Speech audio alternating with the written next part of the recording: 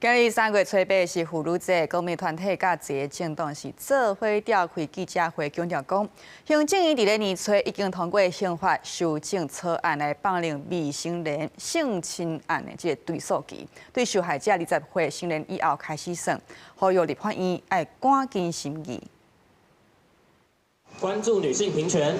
关注女性大声喊口号，希望政府会当实现修法做伙做，推行存者修条因的正义防线。利用300妇女节的机会，公民团体甲几落个政党做伙开记者会，强调行政院年初已经通过宪法的修正草案，放定未成年性侵案件追诉期自被害人20岁了开始算，希望立法院赶紧审。问题它存在于校园，也存在于家内。 我们经常看到来找我们的被害人，他们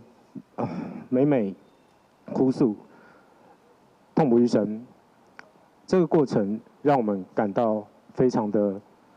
遗憾。因为宪法法庭已经伫咧3月初开2项性侵害追诉权事件案的无公开说明会，参加会议的团队希望宪法法庭会当进行公开的言辞辩论审理，甲社会大众对话。针对儿少性侵这样子的案件的追诉时效。 我非常强烈，而且很积极的建议，就是一定要快速的修法通过，并且在释宪的部分还被害人一个公道。特别是像比利时，甚至取消了追诉期的这个限制，受害者常常需要到30岁、40岁，甚至更晚，才有办法把这样有这样的勇气跟资源，把他们遭遇过的创伤勇敢的说出来。对这边修法，法务部强调，是为了要解决以前年少性侵被害人唔敢，或者是唔知影安怎提过等问题。公民团体希望，除了法律层面以外，也应该邀请多元专家进行鉴定，最种方式进行，鼓励被害人勇敢站出来。记者综合报道。